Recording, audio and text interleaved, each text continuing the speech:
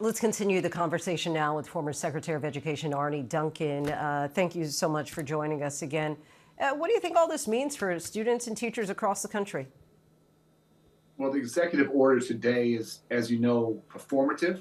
It has no legal power. The Department of Education was created by Congress. It could only be eliminated by Congress. Congress would never do that.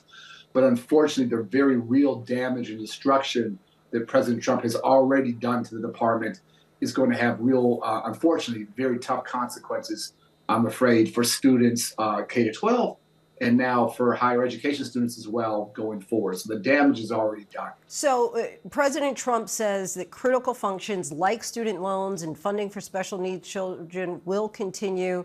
From your experience, do you think that it's possible for these programs to continue in this scenario?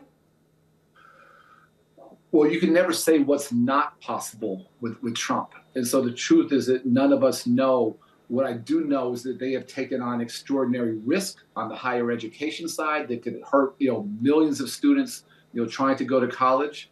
I do know they've created a bureaucratic nightmare that states won't have one place to call when they need help education. They have to call around to a bunch of different bureaucracies in D.C., which makes no sense. We tried to create one state desk that every state would have a single point of contact to call, and we can work it through any issues they want. I also know we just do block grants to states that there's no accountability.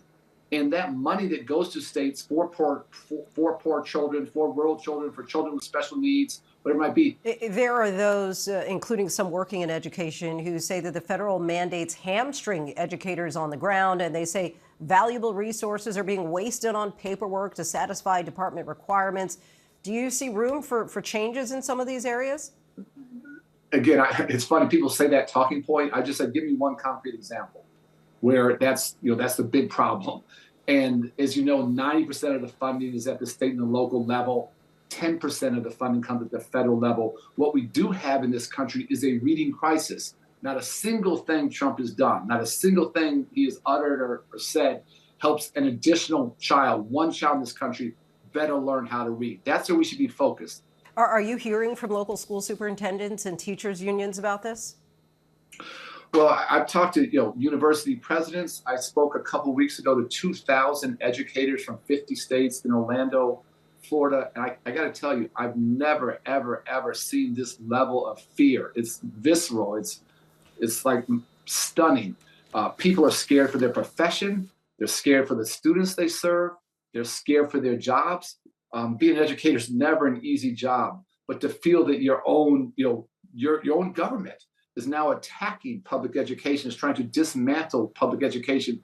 That's unprecedented in the history of our nation.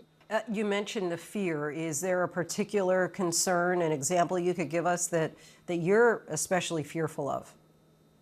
Well, you just have to look to Florida. Florida is always the bellwether for what Republicans do. And so I'll just tell you what's happened in Florida. Florida leads the country in book bans by a lot.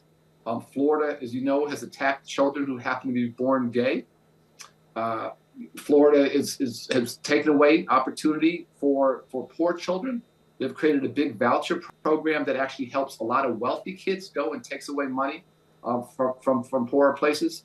And sort of staggeringly, they've changed the curriculum to say that slavery had benefits for the enslaved. Think about that for a minute. Slavery had benefits for those who were enslaved.